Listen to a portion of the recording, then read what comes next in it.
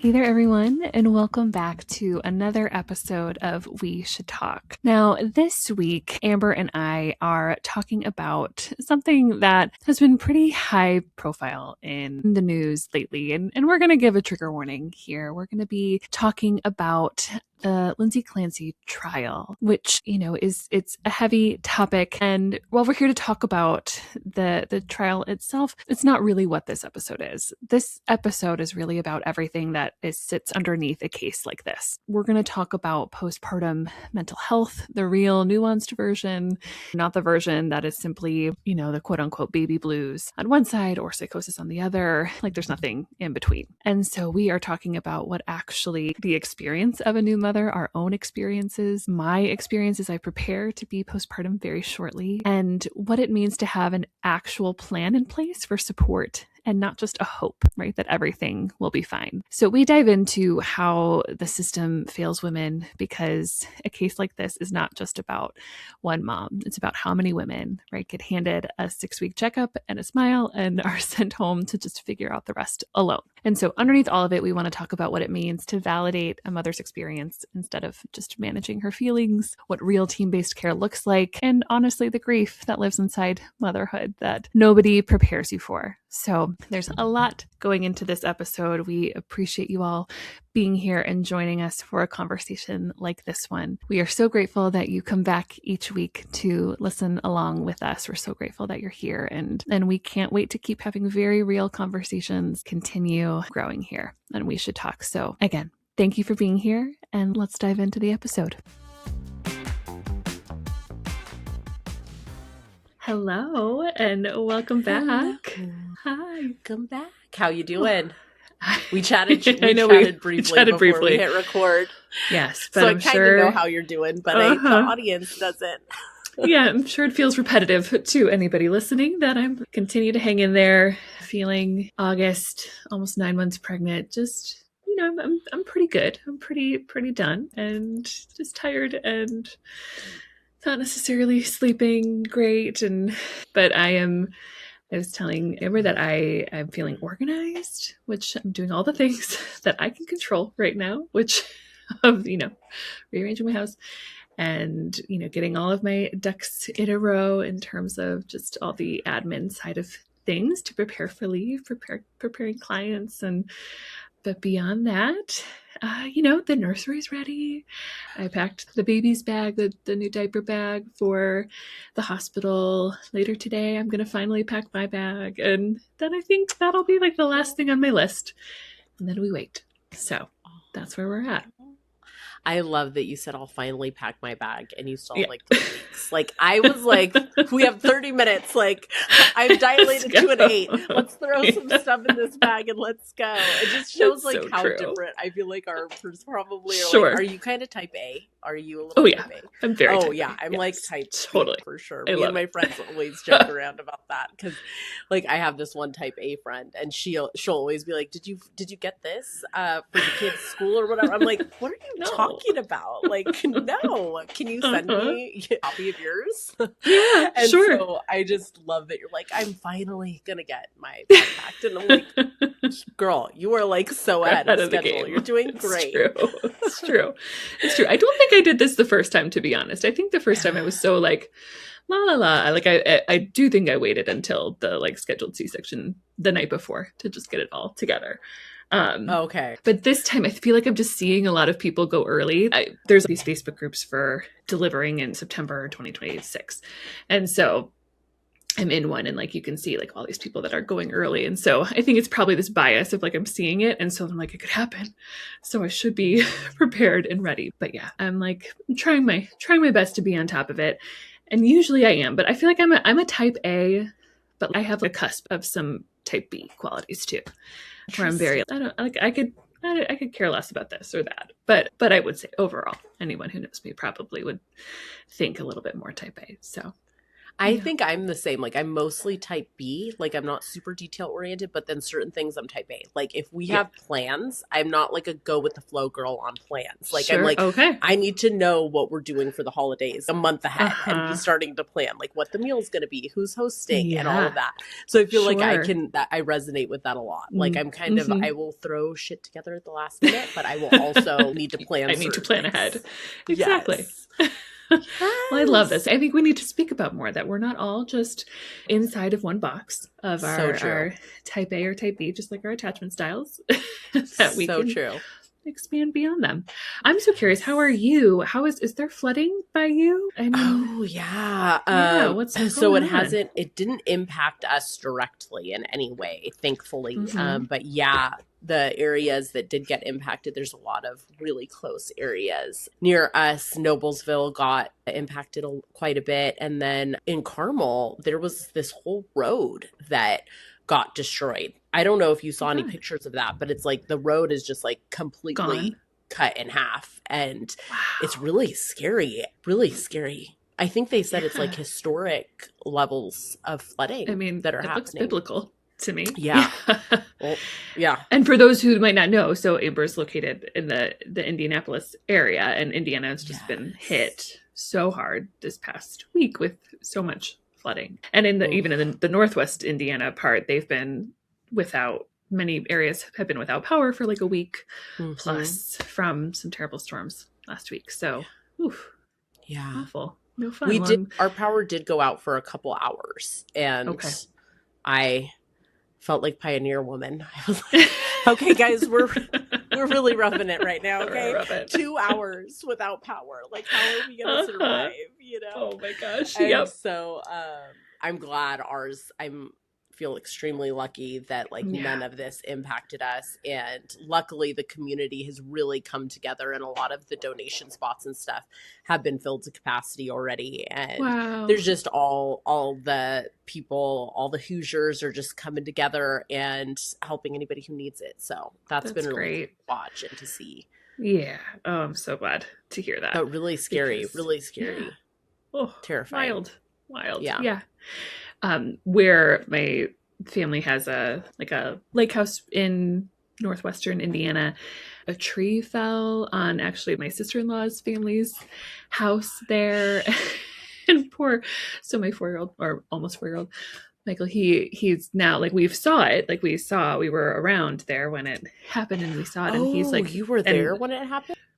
Not at the house. We saw the aftermath of it, because in this little area, it's this little area of northwestern Indiana that off of Lake Michigan, where a lot of families from like the area that I grew up in like southwestern Chicago, it's this little gem that like many people from that area have had like longtime family lake houses there. And so weirdly, both of my sister-in-law's families have houses there within like a 5-minute walk to ours. Like it's so crazy. That's cool. Like, I know, like very amazing. Cool. I love that for your family. Yeah, it's just so like cool. Nice that all the cousins get to be there all together for the summer. So it's really nice to be able to spend some time up there, and like very fortunate, lucky to have that. But this happened. The tree fell on the house the day after the 4th of July. And so we like walked by, and Michael, he just kept wanting to see it. He kept being like, can we go by it again? Can we go by the tree in the house again?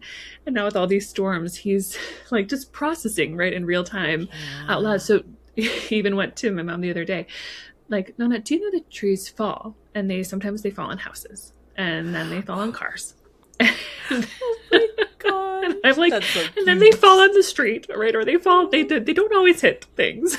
But that's so adorable. But what of course I always do with him all the time, like the time he fell out of the bed in the middle of the night and you know, had a bloody nose, bloody lip.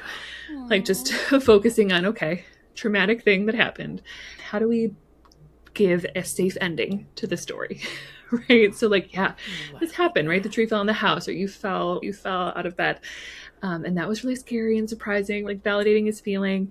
But then saying, and then this morning, actually, he replayed the falling out of bed again for probably the 50th time since it happened, which again just shows us how much our nervous systems need to process traumatic events, right? How often it comes up. And this is just a validation to anybody who feels like, why am I still thinking about this? Why is it still affecting me? Why is it still impacting me? Because he is so just purely doesn't know how to keep it inside, or he hasn't been taught that he's not supposed to talk about it. And so just seeing his natural processing and how many times he has to talk about it it's just so important to me. But every time he'll say, can you tell me again what happened, and tell me again what you did?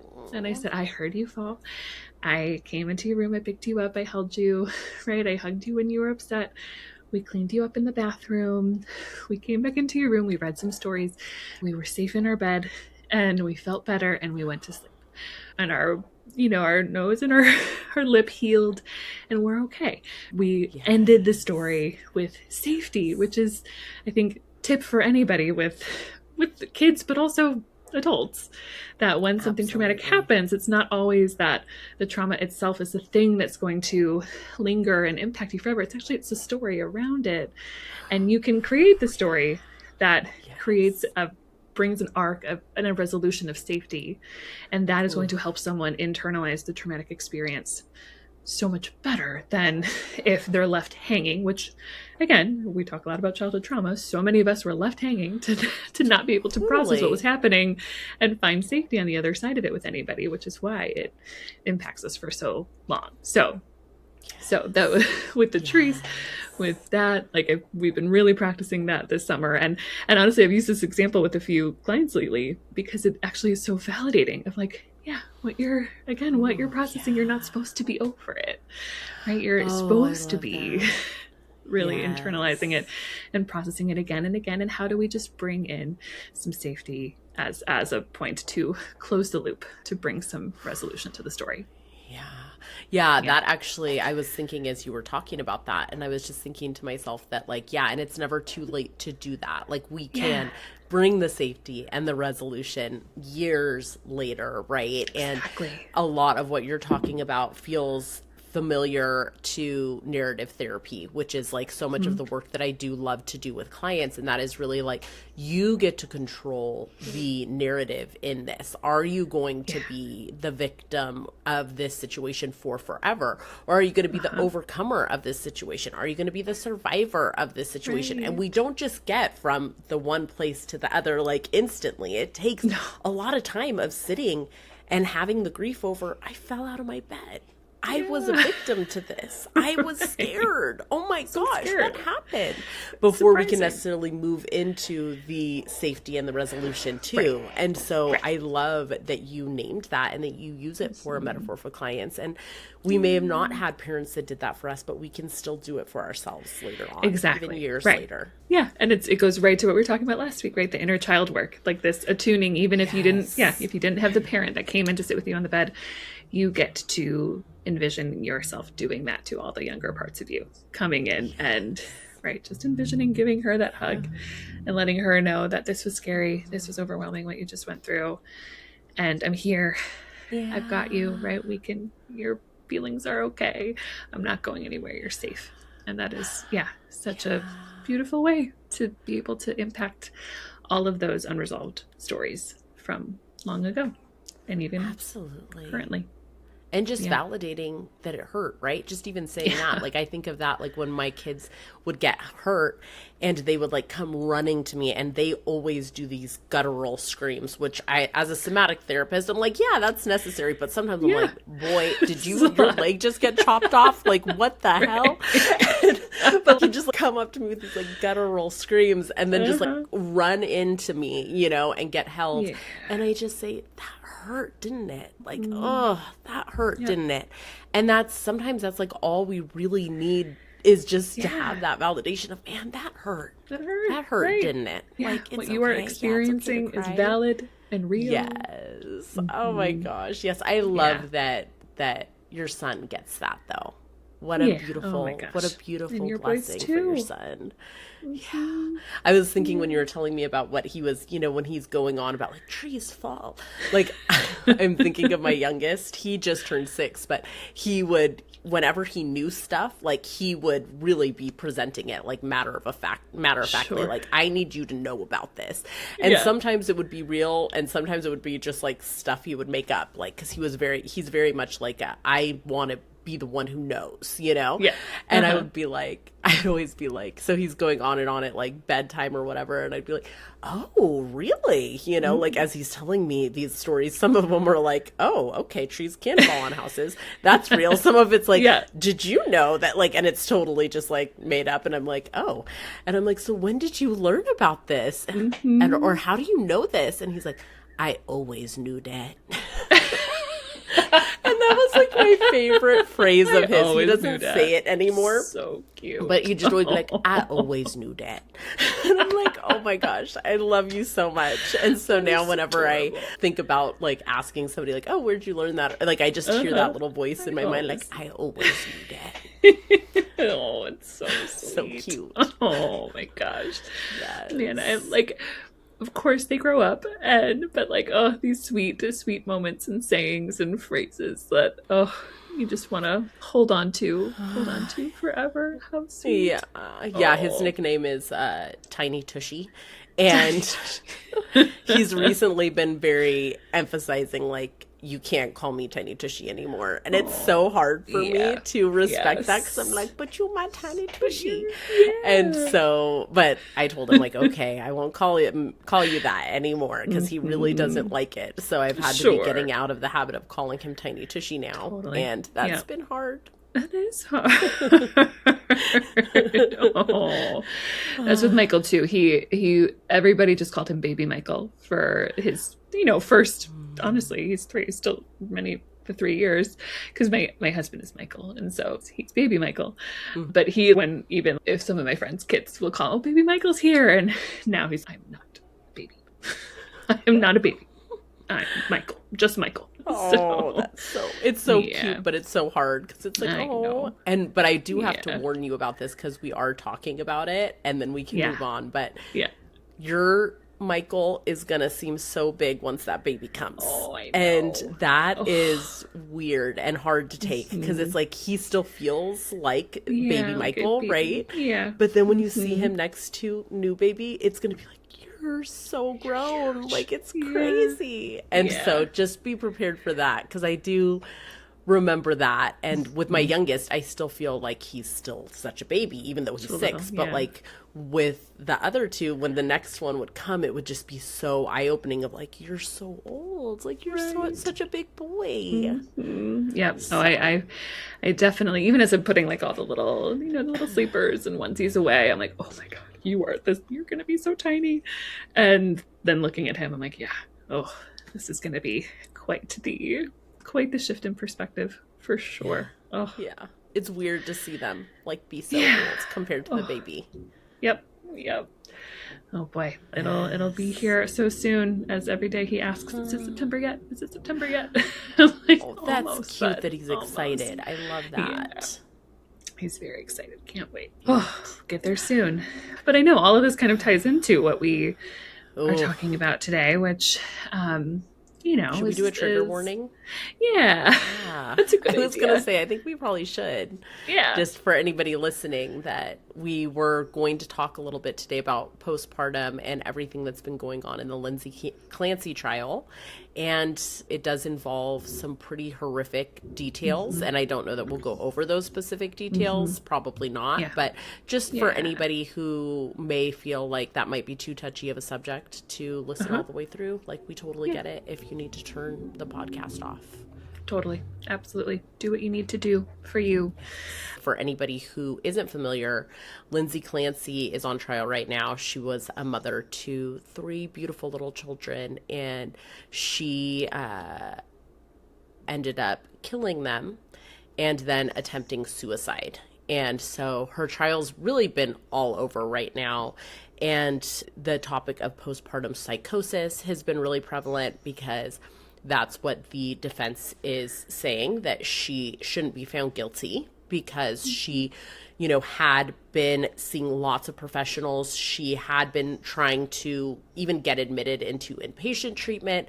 She was trying to tell people what was going on for her, and she wasn't getting the help that she needed. And then, of course, the prosecution is saying that she knew what she was doing and that it was intentional and she should be found guilty. And then if she's found guilty, I believe she'll get life. I don't think the death penalty is on the table because it is in Massachusetts. And I don't know, but I believe that they don't even have the death penalty. But I could be totally wrong. I don't know. Yeah.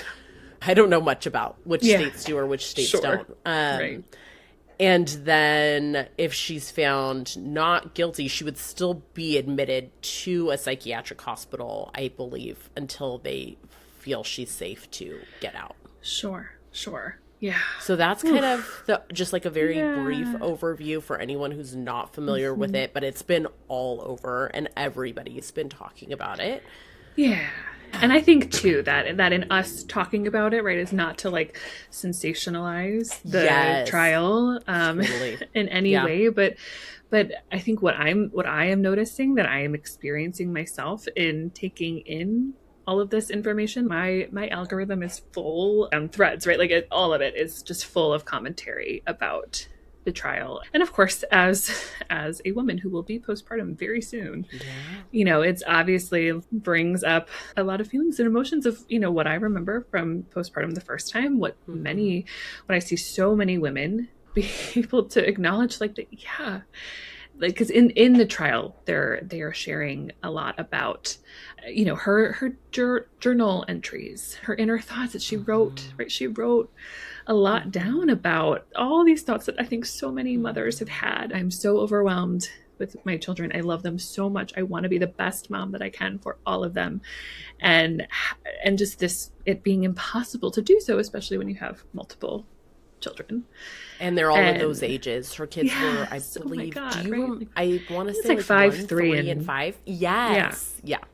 Or 2, 3, and like really close, like those really young ages. And so interesting in learning about the trial. Like all I had, was the initial, I remember when it happened the first time, when it happened 3 years ago. And obviously, you've heard the story that the mother who experienced postpartum psychosis killed her children, and the husband, found them, and that's kind of where I left it, right? Where you just feel like, oh my God, it's awful, right? It's just such an awful story.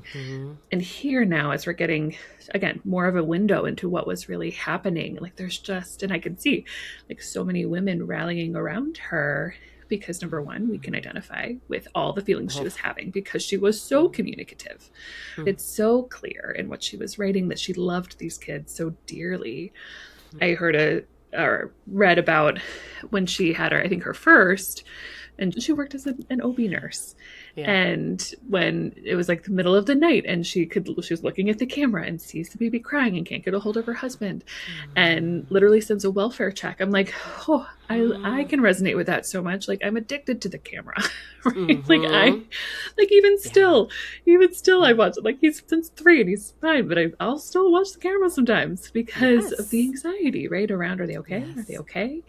And it's just so clear how much she loved, right? How much she deeply loved her kids. And how much she was everything to them. And so it's been interesting to kind of have that perspective and also to kind of shift the understanding of this story, because I think a big part that's coming up for everybody, and, we will not speculate on anything of because there's a lot of talk around what people think maybe didn't happen in relation to the husband.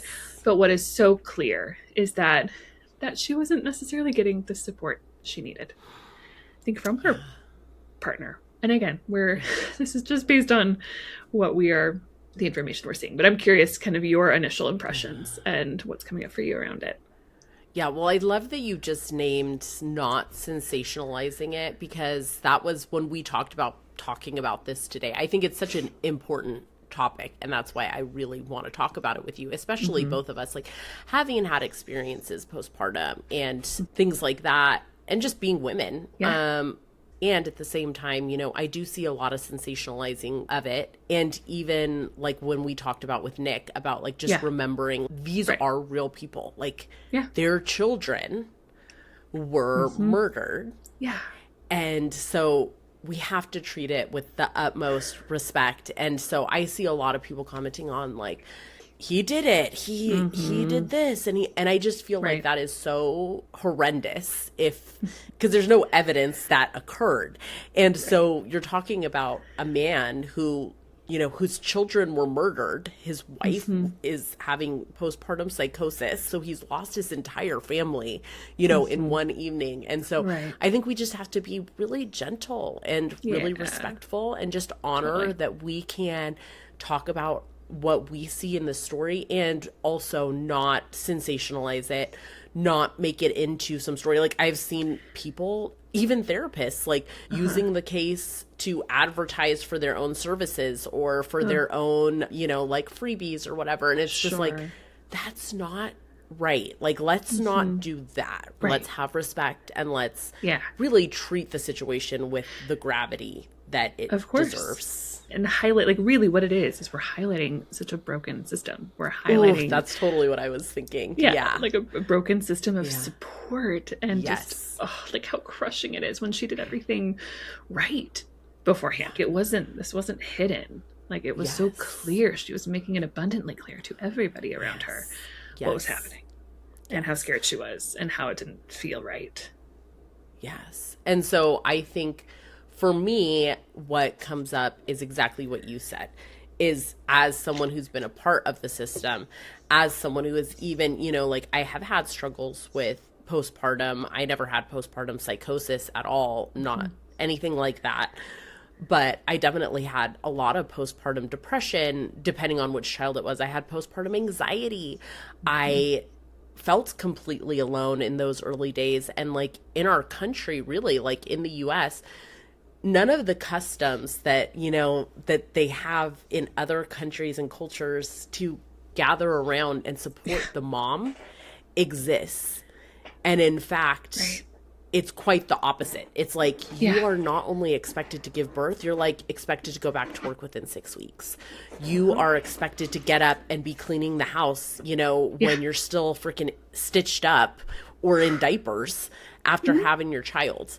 It kind of reminds me of like when you're in complex trauma and you're just like expected to power through and you're saying, you know, I can't power through. I need help and you can't get the help that you need. And it's a very real issue in this country. And I think it's something that everybody is a victim to. So these children, they are the victims. But at the same time, I can see how she is a victim of this warped system. Her husband is a victim. And so I think that we need to figure out how to support mothers and how to listen to mothers and how to not be trying to get them in a, you know, like I always see this online, which really irks me. And this is not even super connected to this case, but it's like, I feel like the main message around mothers is like, I'm newly postpartum and you're taking a before pic for like a diet that you're going to go on or whatever. And it's like, please don't take a postpartum pic to freaking be over here. Like now I need to start this diet. It's like, there's no respect around what happens inside a woman after they give birth. Like your cervix isn't even like healed or your uterus isn't even healed for like 18 months. And there's people over there that are trying to like get you to lose weight or bounce back or go back to work right away. Or, you know, it's like they want to pretend that these issues don't exist. And pretending isn't helping anyone. No, because then nobody has the tools and the skills to give women what they need, including their partners, right? I think, and this is likely something in this example of maybe a partner who didn't have the skills or the understanding or the education, awareness of what was really happening, the severity, the reality of it, because there's, for all of the labor classes that couples take, we prepare for labor, but there is zero preparation for what to expect. That's so true. Right? Like I remember getting, you know, preparing for birth the first time and like, obviously not knowing what to expect, being like, how do I breastfeed? I don't know.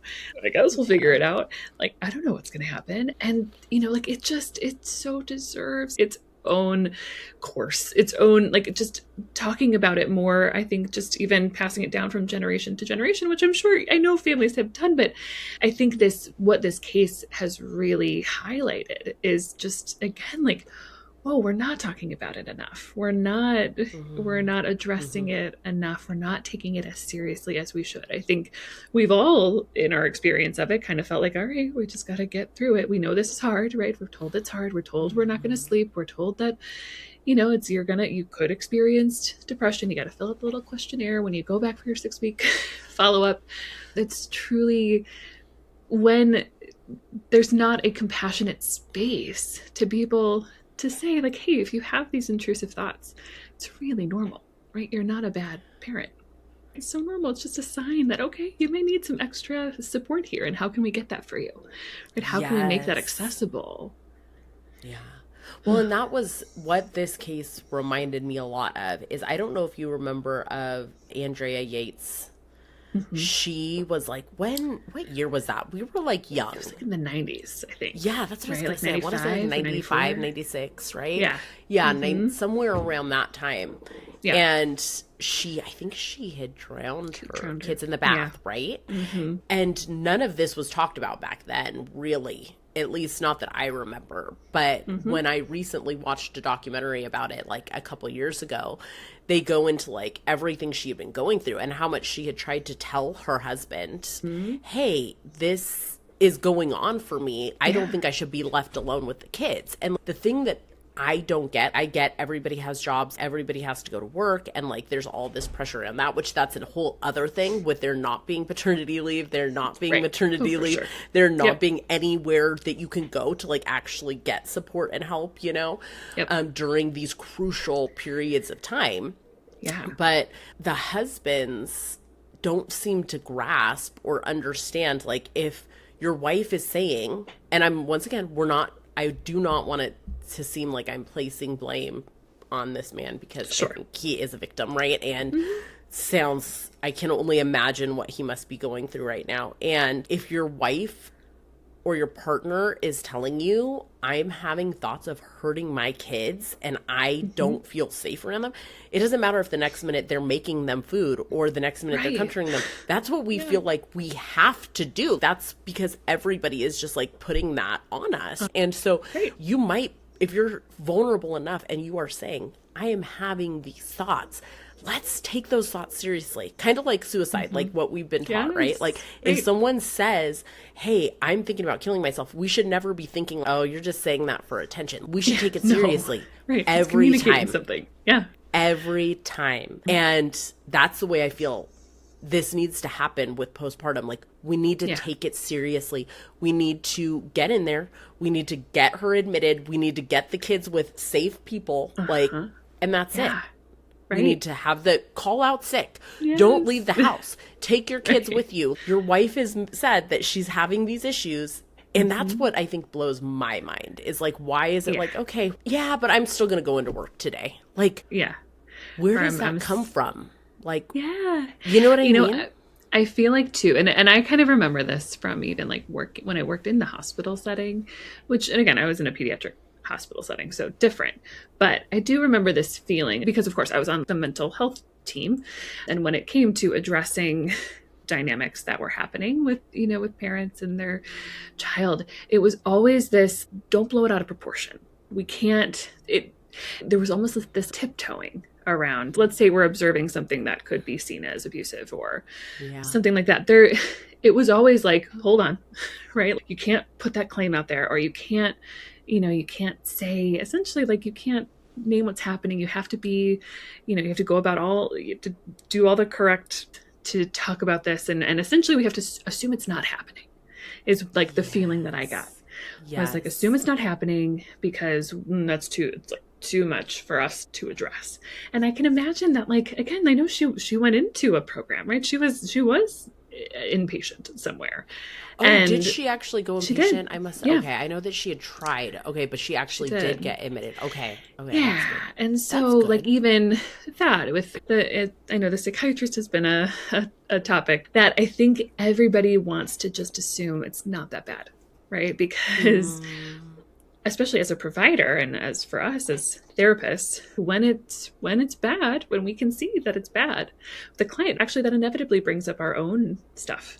And especially why, as a good therapist, you have to be getting supervision, being in your own therapy to process your own stuff coming up. Because if that happens and you don't have anywhere to get support yourself of like, whoa, she just shared this with me and I'm really scared. Like, this is a lot. What do I do? Right? Like, inevitably, it's big information. And if you don't have the right support or you haven't experienced it with a client before, naturally, you might not know what to do. You might say, well, she doesn't know. She seems fine, right? She's showing up. She's doing all of her, normal daily activities. So she's good. When that's such a good point. That's kind of where it gets missed. And it's on everybody to kind of notice, why am I trying to downplay this? What am I afraid of? Yeah. Right? Which I imagine happened for the people around her. That's such a good point. And I will also say, like, I think that's a big difference between postpartum depression and postpartum psychosis. Yeah. And so if you think about it like that, like postpartum depression, and even just normally in postpartum, you might have some intrusive thoughts. And so intrusive thoughts are really common.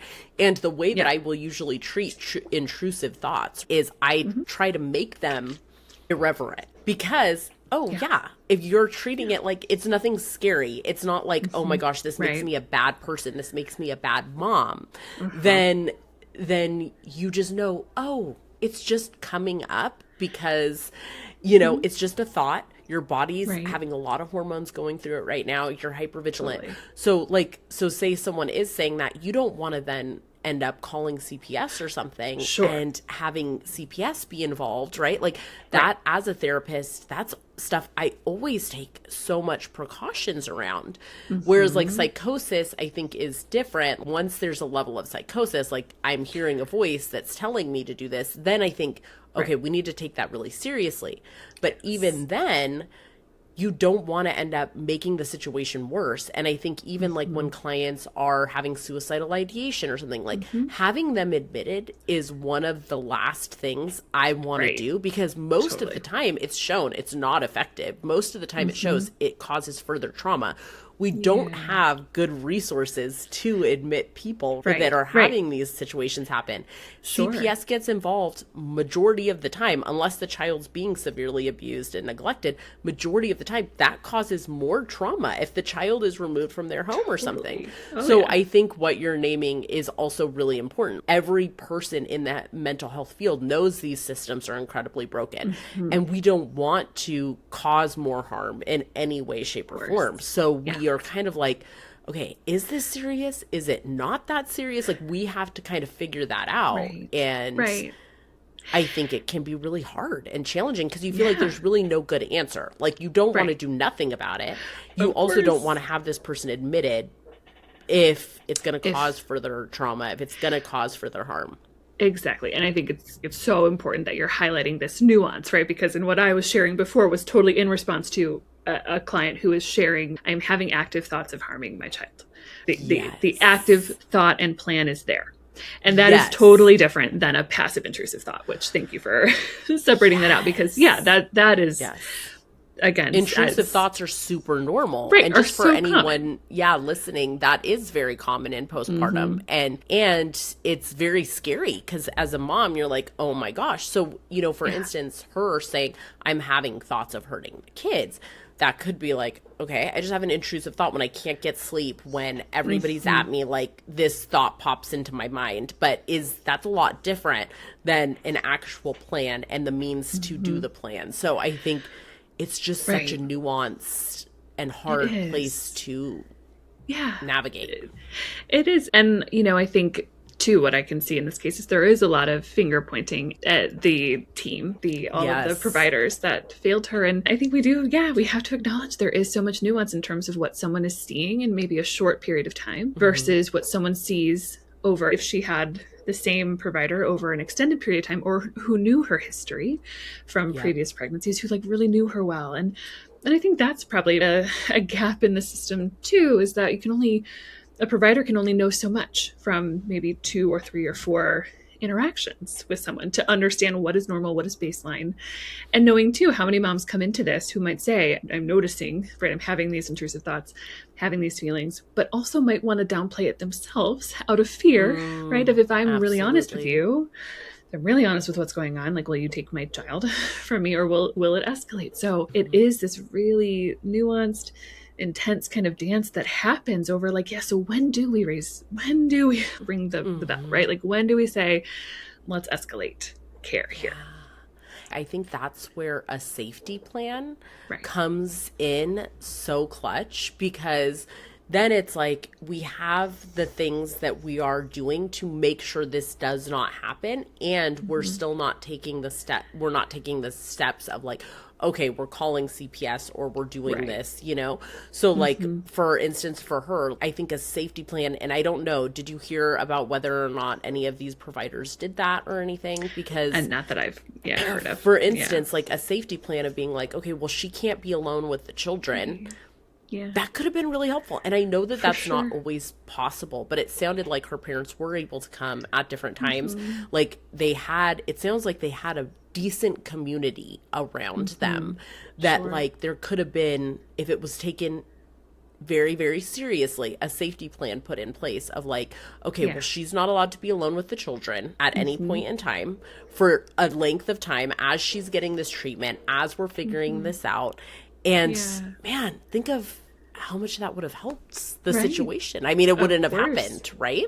Because she wouldn't have had the means, and she wouldn't have had the time. Yeah, exactly. And how serious that would have to be taken, right? By everybody, right, in her innermost circle, to know that this is very serious. And, you know, I would be so curious to have to talk to a psychiatrist on too, right? Knowing how medications, you know, were part of this too, and whether the over medication, whatever it is. I mean, we don't prescribe medications or have expertise inside of medications, but right. I know that is a piece of this puzzle too. And, you know, and I think it just highlights as well in our system, just in our medical system as a whole, that we just, how deeply in this kind of case, but I think in every area of the medical field, how we just need the team approach, right? That it can't be us as patients going to singular specialties and providers, because it actually just does not serve us in the way that everything interacts and crosses over. Like that, the fact that I just wish she could have had like such a solid core team that was looking right at every angle of this case. And I know she kind of probably, as many of us do, you piecemeal together a team, one here, one specialist there, one primary person there, but that how it's a holistic experience that was happening physically, emotionally, hormonally. And that when we don't have that holistic team approach right there, that things get missed and fall through the cracks. And that is why I know there's actually been a lot of talk around how in mental health providers' response to this case of making sure that we are all communicating with any client's other providers, that it's actually on us is so as important, clinicians to do that. That we have to. That is actually ethical care in this kind of circumstance. So it's such a need. And I think the other thing that comes up for me, like I had listened to one podcast earlier about it, and they were saying that a lot of the providers were kind of saying that she was not taking the plan seriously. She would start taking a medication and then stop, and all of those types of things. But I feel like that's also really common. Like when you're trying to figure out what's going on mentally, a lot of times medications will not work. They will make you worse. A lot of times you're trying out a bunch of different things. A lot of times you're scared internally of like, I'm taking this new medication. How is this going to impact me? Is it going to make me worse? And so it sounded like she was having a lot of really intense symptoms. Like there was one night she didn't sleep for like 48 hours. And I'm just thinking like, that's not okay. Like somebody who hasn't slept in 48 hours can't care for children. So we really need to just take the mother's care and the mother so seriously, and just see what do we need to do, like whether it's healthcare, whether it's the system, whether it's just like in community with one another. We need to acknowledge the changes that happen after childbirth and how hard and challenging those early days are, and just surround mothers and support them. Yep. And it's such a good reminder as I'm thinking about like, yeah, my hypervigilant self is like, I'm gonna be fine. I got it. Right? Like, I'll be good. It's no problem. Even so, my husband is, I may have mentioned this before, but he's running the Chicago Marathon in October. So like a month, like a month after, which already we're like, I mean, he has 8 weeks off, which is great. But, that's amazing. Yeah, oh, so that's so there's nice. going to be like a good amount of time to balance, you know, the training and baby and whatnot. But I already like hear myself being like, it's fine. I'll like, if you have to do that really 20-mile run, I'll figure it out. Don't worry. But also I know that, you know, I have to be so serious and ready to ask for help, right? To be sure that, because I have a tendency to try to take care of others and being like, I don't need you to like, don't worry about me.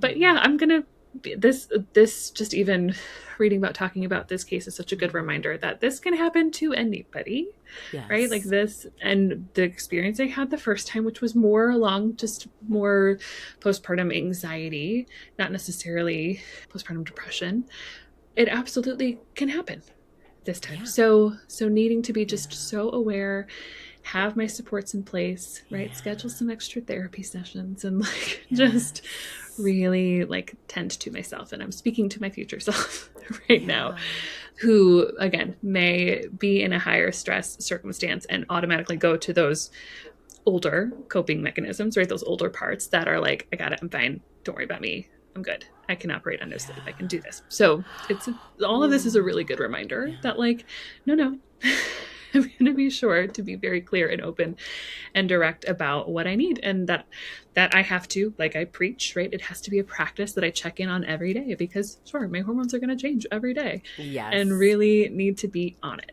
So and just because you're able to do a lot one day doesn't mean the next day you'd be able to do the same amount. And so just being really gentle with yourself, like I really genuinely hope you just allow yourself to take in the feat of giving birth to another child and just tend to yourself and show yourself so much love and gentleness, and just remember, like, there's so much time for you to do everything else, and there's so much time, and you are such, you know, you have achieved so much and you are doing so much. But I want you to also acknowledge like how much it takes out of a person when they do give birth. And, you know, I was thinking even of your bag. It wasn't until my third child that I packed a bag that had a nice robe for me afterwards, that had like really cozy pajamas. And I remember my cousin gifted that to me, and it was like, oh, this feels good. Like I want to take care of me too, as I just went through this. And so I hope you remember that, because like it is so true. It can happen to anyone. And I'm thinking of even my story with the COVID, with COVID, like my husband leaving. And I remember that situation could have gotten so dark, right? If no one had helped me. And I remember texting my cousin just like, I need help. I need help. And she went and texted our whole community in grad school, and people were just showing up at my door. And even though it was COVID, they couldn't see me. They would stay behind the glass door, and they would like drop off food for me, and they would send me little messages. And my cousin stayed 2 nights a week with me, where she stayed the whole entire night just to wake up with my son. And my sister flew in. And so when I think about that, I think about like, that's what we need to show mothers. Like, hey, you're on the edge, and like everything's crashing down around you, and I got you. I got you. You need help. I got you. And so I think that, just, it's so important. Totally. That you don't win an award for muscling through it alone. And that just, having all, I mean, that's so heartwarming. Just hearing about the community that has rallied around you, and I'm just so glad that in light of what was such a hard, I mean, impossible experience to have have your husband leave at such a vulnerable time, to have that community around you I'm so glad to hear it. And it helps the kids. It helps the kids, right? Like in the long run, they were not traumatized because there were all these people around supporting us and supporting me. And and same thing for you. Like when you give yourself love and you ask for help and you tell your team, like tell your support system, like I need you guys, I need rest today. It just pours out over your children, and that's so beautiful. Takes care of them too. Yeah, so true. So true. And so even in saying this and even just kind of reflecting on this trial, it makes me, you know, I feel a lot of grief for her, for Lindsay, and just to have to relive all of this too, and to have to live every day that her kids aren't here, and there's just so much grief there. And I think for anybody taking in the details of this trial, you know, even listening today, like just honoring, if you notice, the grief that's present. And of course, it just feels unimaginable as a mother, what she's experiencing and going through. Yeah. So I just want to name that. I'm holding that. Yeah. That's such a good point. I think that's the main emotion that's been coming up for me is just grief. It's like, this is just such a tragedy. And like you hear her story and you hear about their life and everything like that. And it's just like, there's no way that she was like a psychopath who just murdered her kids, you know, like it's a tragedy, and it's so heartbreaking, and it just deserves such gentleness and and that we can hold nuance in it, right? That I think everybody is looking for who's the bad guy, right? Who's the villain in this story? Yep. And I think what you've named so clearly is that, everybody was impacted by what happened. Nobody had, I think, the perfect tools and skills to prevent it, which is so sad that that is the case, and that there were so many mini micro failures along the way that all added up to this. And it's just, again, so much grief. Yeah, devastating. Yeah. So well, that was kind of a hard subject to talk about. How are you doing? Good. I mean, I maybe we shouldn't have talked about it when you're like about to be postpartum. Oh, I don't know. I'm like lying in bed reading this like every night as I'm up in the middle of the night. So, in a way, it is on your radar already. Yes. Okay. Oh, yes.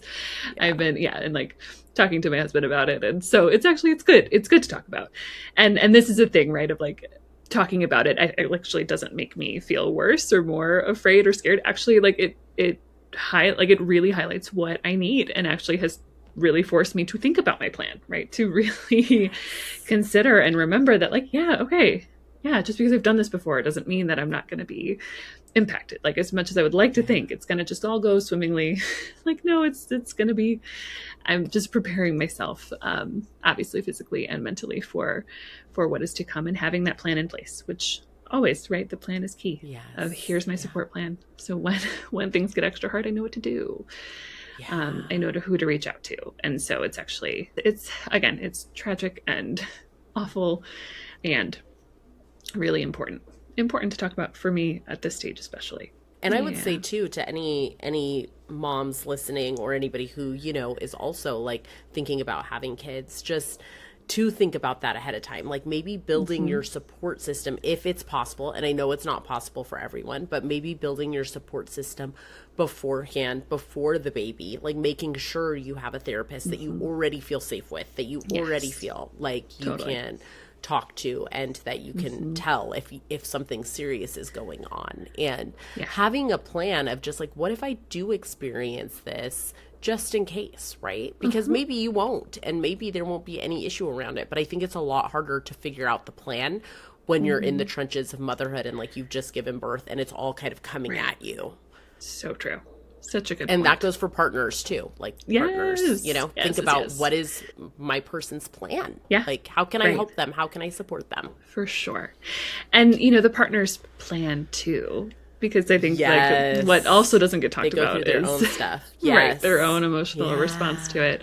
And that's actually been something that my husband and I are talking about too. Of like, inevitably for both of us, there's going to be a big shift here. And it's different. It looks different for both of us, but we both need to be really on what our support plans are, right? Of like, obviously he's going to be very attuned to supporting me, and we're going to be aware of maybe what he needs, obviously what he needs inside of this too. Yes. Yeah. Okay. Yeah. So hard conversation. But again, good.